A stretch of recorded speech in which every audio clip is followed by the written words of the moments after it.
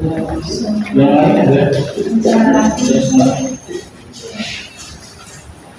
Kalau seorang nih?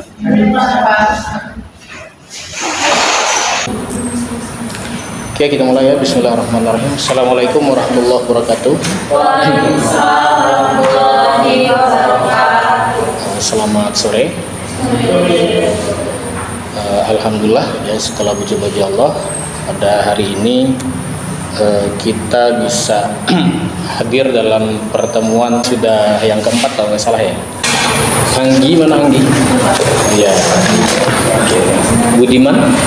Yang mana? Oke. Baby Yolanda. Ini semuanya cerah-cerah nih mukanya. Hadi Wirdian. Karena mungkin kelas sore ya atau siang ya. Beda sama kelas malam ya. Kan gelap. Hadi Wirdian, yang mana tadi Hadi Wirdian? Oke. Hasan. Levi ini kita akan mendengarkan presentasi dari rekan kita Willy ya, mengenal rumus arah kiblat dan mempraktikannya dalam perhitungan arah kiblat. Nah, setahu saya Willy ini non muslim ya, tidak apa-apa ya. Jadi menghitung arah kiblat itu bahkan begini loh. Semua ilmu-ilmu keislaman itu semuanya sains ya, sains gitu. Tidak ada, ibaratnya tidak harus dipelajari oleh orang muslim saja gitu.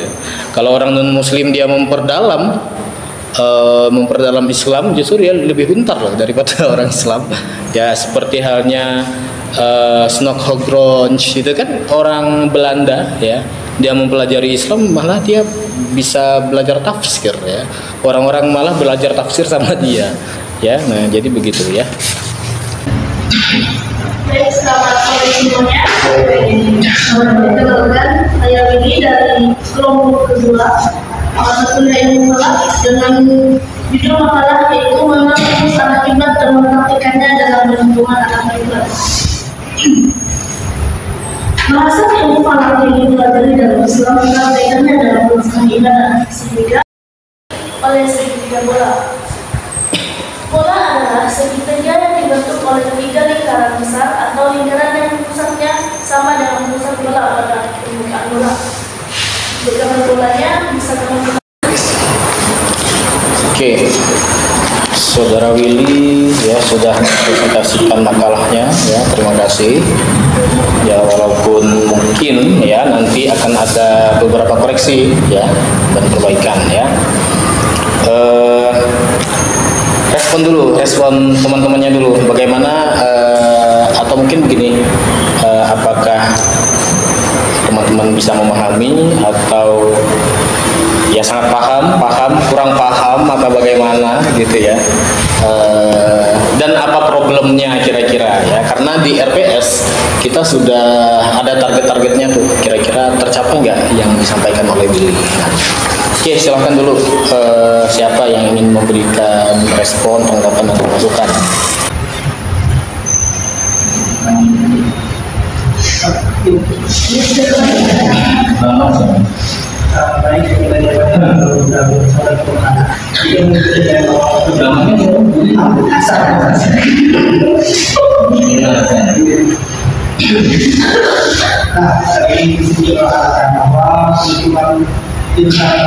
Studi itu bisa digunakan kalkulator dengan perkiraan situasinya. Sebenarnya mengingat bahwa orang masa pembacaan. Saya mungkin batasan kalkulator. Saya akan menanya kepada Willy mengenai dana geografis dalam masalah kita. Kita tahu bahwa daerah yang memiliki kondisi geografis yang sulit seperti wilayah pegunungan atau pedesaan yang minim akses teknologi. Bagaimana cara memastikan bahwa arah kiblat dan menggunakan data akurat? Bagaimana cara memastikan bahwa arah kiblat dan menggunakan data akurat?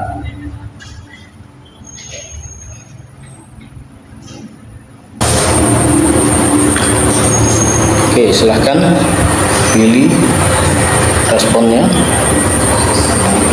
Ketika kita setuju kan, kalau mau mencari akibat dari suatu tempat kan, penginputan datanya harus jelas dan tidak kalkulasi dapat dibaca pada halaman yang terdapat dan memeriksa klasifikasi dan akibat.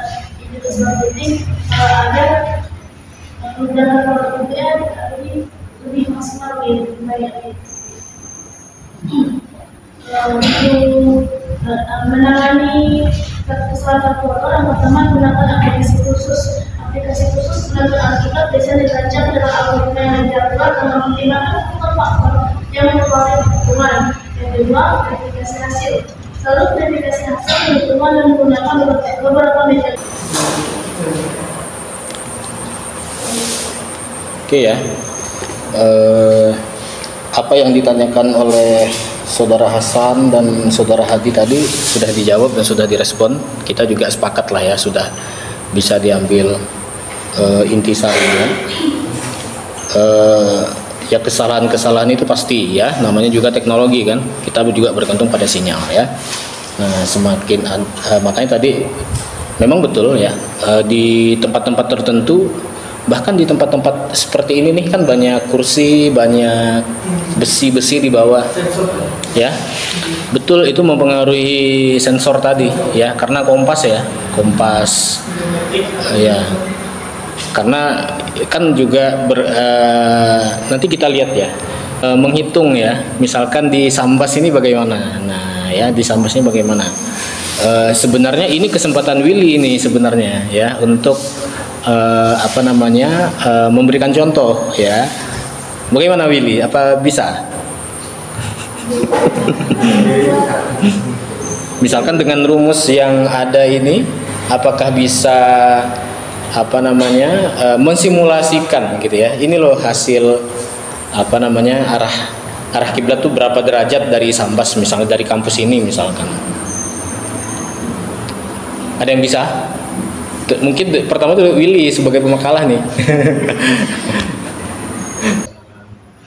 Karena generasi Y itu dan ada generasi X kan sudah pada berjual ya, sudah punya usia ya di atas mungkin 40-an, 35 ke atas, 40 ke atas. Biasanya mereka senang cerita ya. Yang jadi pertanyaan, apakah generasi sekarang senang mendengar cerita? Senang.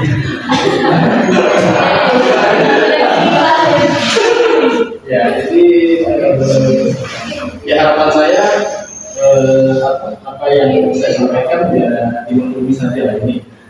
Dimaklumi saja, ini dosennya sudah beda generasi misalnya ya.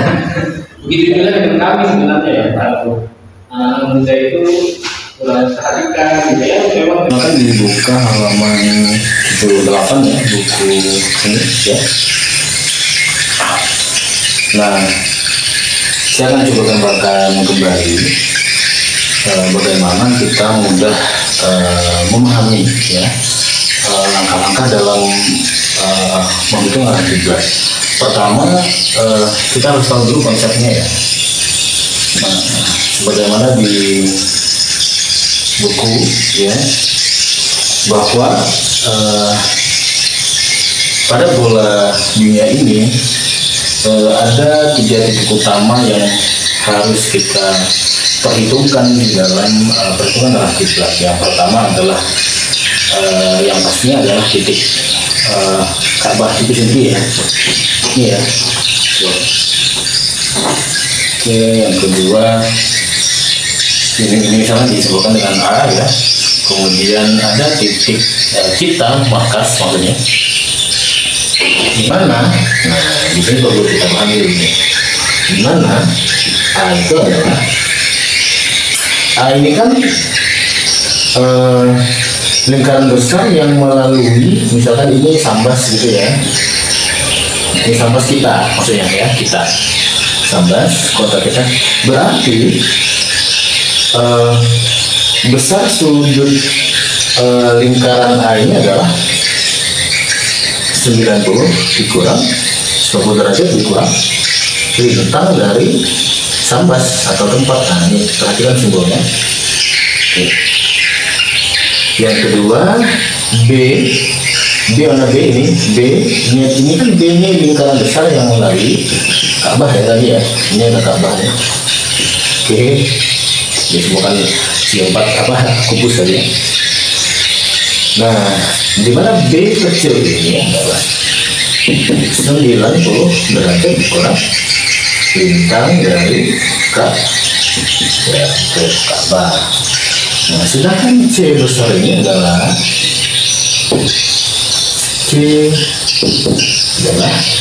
nah, karena ini garis ini menunjukkan garis bujur Sambas dan ini menunjukkan garis bujur dari Mekah atau Ka'bah, maka C di sini adalah bujur dari Sambas atau tempat lokasi dikurang bujur Ka'bah. Oke. Menghitung arah kiblat ya. Coba buka di halaman 91. Nah, oke, sudah siap. Oke. Nah, bunyi soalnya kota Sambas terletak di lintang 1 derajat 20 menit 24,4 detik lintang utara. Nah, kemudian bujurnya adalah 109 derajat 17 menit 7,58 bujur timur. Nah, sedangkan koordinat Ka'bah adalah 21 derajat 25 menit 21 detik lintang utara dan 39 derajat 49 menit 34 detik bujur timur. Tentukan arah kiblat di kota Sambas dari utara sejati. Oke, silahkan dikerjakan. 22 menit. Umurnya sama. Nah, Wisma 1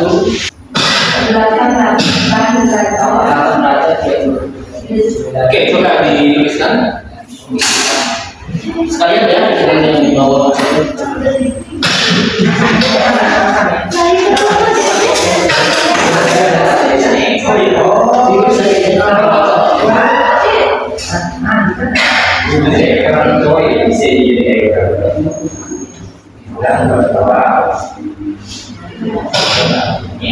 Oke, baik, pertemuan kita cukupkan sampai di sini, dan untuk pertemuan yang akan datang, Saudara Hadi ya, siap ya? Ya, tolong dipersiapkan Saudara Hadi. Materi kita masih tentang seputar arah kiblat, ya, penentuan arah kiblat.